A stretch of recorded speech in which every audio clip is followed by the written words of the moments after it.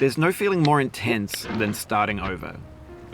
If you deleted your homework the day before it was due, as I have, or if you left your wallet at home and you have to go back after spending an hour in the commute. If you won some money at the casino and then put all your winnings on red but it came up black. If you got your best shirt dry cleaned before a wedding and then immediately dropped food on it. If you won an argument with a friend and then later discovered that they just returned to their original view. Starting over is harder than starting up. If you're not ready for that, like if you've already had a bad day, then what you're about to go through might be too much. Feel free to go away and come back. I'll be here.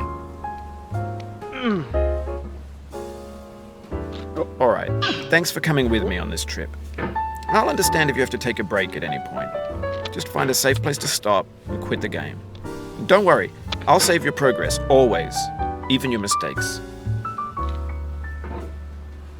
This game is a homage to a free game that came out in 2002, titled Sexy Hiking. The author of that game was Jazuo, a mysterious Czech designer who was known at the time as the father of B games. And B games are rough assemblages of found objects. Designers slap them together very quickly and freely, and they're often too rough and unfriendly to gain much of a following. They're built more for the joy of building them than as polished products. In a certain way, Sexy Hiking is the perfect embodiment of a B game. It's built almost entirely out of found and recycled parts, and it's one of the most unusual and unfriendly games of its time. In it, your task is simply to drag yourself up a mountain with a hammer. And that act of climbing, in the digital world or in real life, has certain essential properties that give the game its flavor. No amount of forward progress is guaranteed. Some cliffs are too sheer or too slippery, and the player is constantly, unremittingly in danger of falling and losing everything. Anyway, when you start Sexy Hiking, you're standing next to this dead tree that blocks the way to the entire rest of the game. It might take you an hour to get over that tree, and a lot of people never got past it. You prod and you poke at it, exploring the limits of your reach and your strength, trying to find a way up and over. And there's a sense of truth in that lack of compromise. Most obstacles in video game worlds are fake. You can be completely confident in your ability to get through them once you have the correct method or the correct equipment or just by spending enough time. In that sense, every pixelated obstacle in Sexy Hiking is real.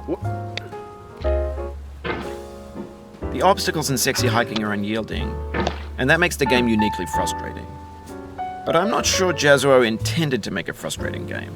The frustration is just essential to the act of climbing, and it's authentic to the process of building a game about climbing. A funny thing happened to me as I was building this mountain. I'd have an idea for a new obstacle, and I'd build it, test it, and it would usually turn out to be unreasonably hard. But I couldn't bring myself to make it easier. It already felt like my inability to get past the new obstacle was my fault as a player rather than as a builder. Imaginary mountains build themselves from our efforts to climb them, and it's our repeated attempts to reach the summit that turns those mountains into something real. When you're building a video game world, you're building with ideas, and that can be like working with quickset cement. You mold your ideas into a certain shape that can be played with, and in the process of playing with them, they begin to harden and set until they're immutable, like rock. And at that point, you can't change the world. Not without breaking it into pieces and starting fresh with new ideas. For years now, people have been predicting that games would soon be made out of prefabricated objects, bought in a store and assembled into a world. And for the most part, that hasn't happened, because the objects in the stores are trash. I don't mean they look bad or that they're badly made, although a lot of them are. I mean they're trash in the way that food becomes trash as soon as you put it in the sink. Things are made to be consumed and used in a certain context, and once the moment is gone, they transform into garbage. In the context of technology, those moments pass by in seconds. Over time, we've poured more and more refuse into this vast digital landfill that we call the internet. It now vastly outnumbers and outweighs the things that are fresh and untainted and unused. When everything around us is cultural trash, trash becomes the new medium, the lingua franca of the digital age. And you can build culture out of trash. But only trash culture. B games, B movies, B music, B philosophy. Maybe this is what digital culture is. A monstrous mountain of trash, the ash heap of creativity's fountain. A landfill with everything we ever thought of in it. Grand, infinite, and unsorted. There's 3D models of breakfast, Gen X's fanfic novels, scan magazines, green screen Shia LaBeouf, banned snuff scenes on LiveLeak. Facebook's got lifelike bots with unbranded adverts and candid shots of Kanye and Taylor Swift mashups, car crash epic failed GIFs, Russian dashcam vids, discussions of McRibs, discarded, forgotten, unrecycled, muddled, rotten, untitled. Everything's fresh for about 6 seconds, until some newer thing beckons, and we hit refresh. And there's years of persevering disappearing into the pile, out of style, out of sight. In this context, it's tempting to make friendly content that's gentle, that lets you churn through it but not earn it. Why make something demanding if it just gets piled up in the landfill, filed in with the bland things? When games were new, they wanted a lot from you. Daunting you, taunting you, resetting and delaying you. Players played stoically. Now everyone's turned off by that. They want to burn through it quickly, a quick fix for the fickle, some tricks for the clicks of the feckless. But that's not you, you're an acrobat. You could swallow a baseball bat. Now I know, most likely you're watching this on YouTube or Twitch, while some dude with 10 million views does it for you, like a baby bird being fed chewed up food. That's culture too. But on the off chance that you're playing this, what I'm saying is, trash is disposable, but maybe it doesn't have to be approachable. What's the feeling like? Are you stressed? I guess you don't hate it if you got this far. Feeling frustrated? It's underrated. An orange is sweet, juicy fruit locked inside a bitter peel. That's not how I feel about a challenge. I only want the bitterness. It's coffee. It's grapefruit. It's licorice. It feels like we're closer now. Composer and climber, designer and user. You could have refused, but you didn't. There was something in you that was hidden, that chose to continue.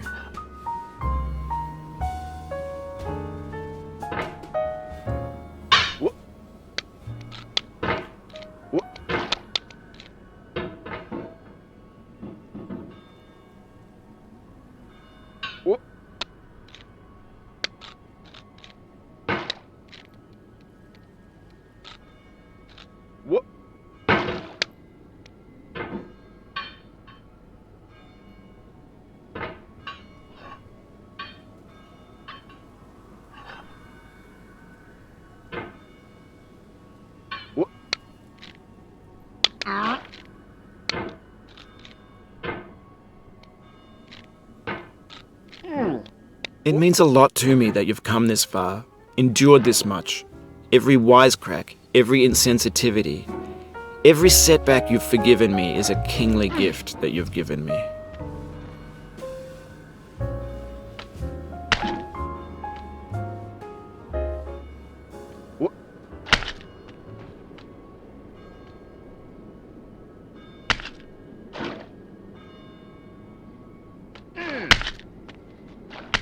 We have the same taste, you and I.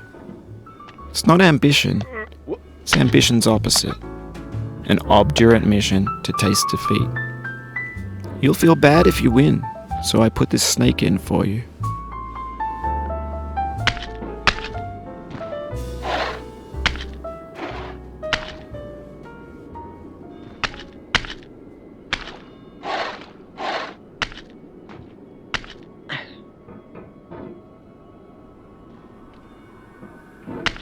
Have you thought about who you are in this? Are you the man in the pot, Diogenes? Are you his hand? Are you the top of his hammer? I think not. Where your hand moves, the hammer may not follow, nor the man, nor the man's hand. In this you're his will, his intent, the embodied resolve in his uphill ascent.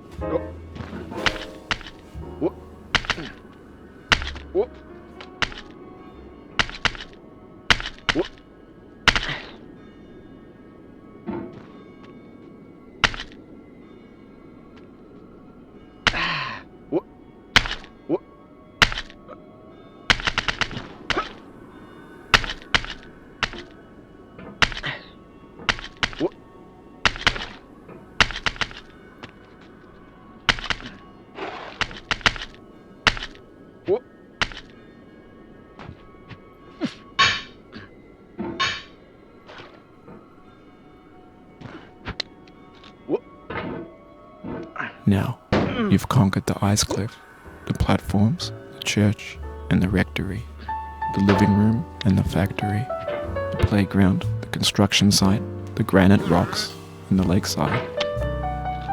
You've learned to hike. There's no way left to go but up, and in a moment I'll shut up. But let me say, I'm glad you came.